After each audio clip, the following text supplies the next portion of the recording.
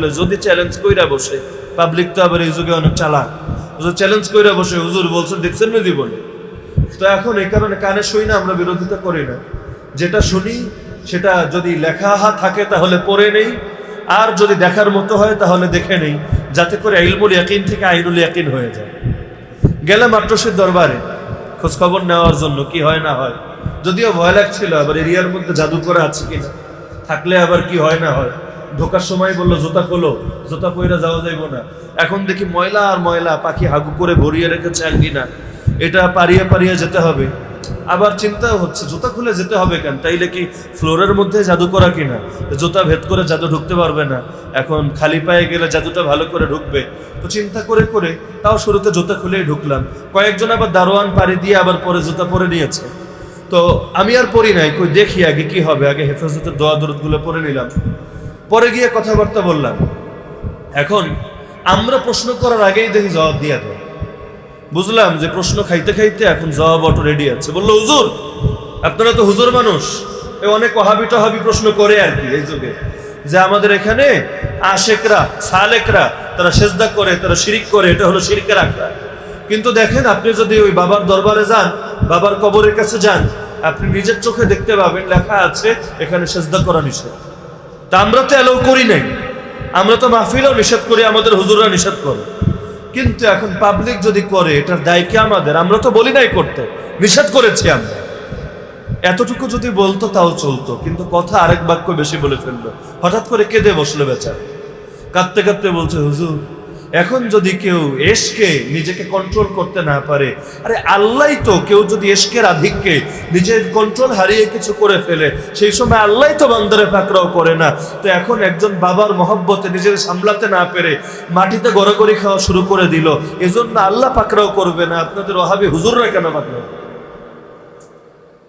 যুক্তি রেডি আছে। তার মানে এটা তারা জেনে বুঝে করছে না, এটা এমনি আবেগে হয়ে গেছে আর কি, হুজুররা অযথায় এডি নিয়ে বাড়াবাড়ি করে, এই টাইপের যুক্তি শুনছেননি আপনারা? এই ক্ষেত্রে না শুনলে আর অন্যান্য ক্ষেত্রে শুনবেন, কারণগুলো উল্লেখ নাই বা করলাম। তো এই যে প্রতিটা ক্ষেত্রে সীমাকে রক্ষা করা ফরজ।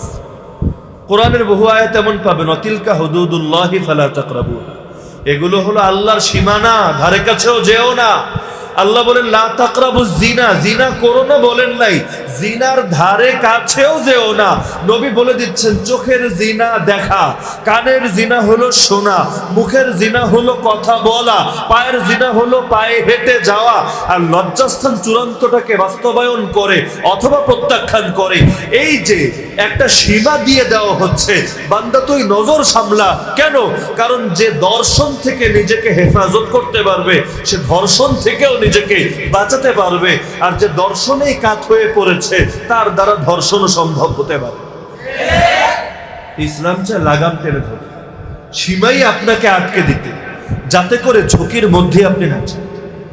যদি আপনি নিজে চিন্তা করবেন, আপনি আজকে থেকে আল্লাহর জন্য বদনজর বন্ধ করে দেন, কোনো মেয়ের দিকে তাকাবেন না, ওই কুদৃষ্টি না সুদৃষ্টি বাদ দেন, সুদৃষ্টি হয়ে শুরু হবে, কুদৃষ্টি দিয়ে শেষ হবে, এরকম নজির লক্ষ কোটি আপনার জীবনেও আছে। সব দৃষ্টি বাদ দেন, যে আল্লাহ যার দিকে তাকানো হালাল করেছেন তাকে বাদ দিয়ে অন্য কারো দিকে তাকাবই না। এমনকি সেই বিতর্কেও ঢোকার দরকার নেই যে মেয়েদের চেহারা পর্দার অংশ কি না। আরে চেহারা পর্দার অংশ কি না এই ইখতিলাফ রাখেন, কিন্তু ছেলেদের জন্য চেহারায় তাকানো যে জায়েজ নাই, এটা তো কোরআনের আয়াত দ্বারাই প্রমাণিত। কুল্লিল মুমিনিনা ইয়াগুদ্দু মিন আবসারিহিম ওয়া ইয়াহফাযু ফুরুজাহুম, আপনি মুমিন পুরুষদেরকে বলে দেন তারা যেন দৃষ্টিকে অবনত রাখে এবং লজ্জাস্থানকে হেফাজত করে। দুইটার পারস্পরিক সম্পর্ক কি? যে কোনো তাফসীরের কিতাব খুলেন জবাব পাবেন। আল্লাহ বলতে চান যারা দৃষ্টিকে হেফাজত করবে তারাই লজ্জাস্থানকে হেফাজত করতে পারবে, যারা দৃষ্টিকেও হেফাজত করতে পারবে না তারা লজ্জাস্থানকেও হেফাজত করতে পারবে না। এ কারণে আল্লাহ শুধু একটু বলেন নাই মুমিন পুরুষদেরকে বলেন তারা যেন লজ্জাস্থানকে হেফাজত করে, বরং আল্লাহ বলেছেন মুমিন পুরুষদেরকে বলেন আগে যেন চোখ সামলায় এবং সাথে যেন লজ্জাস্থান সামলায়, এবং মুমিন নারীদেরকেও বলেন আগে যেন দৃষ্টি সামলায় পরে যেন লজ্জাস্থান সামলায়।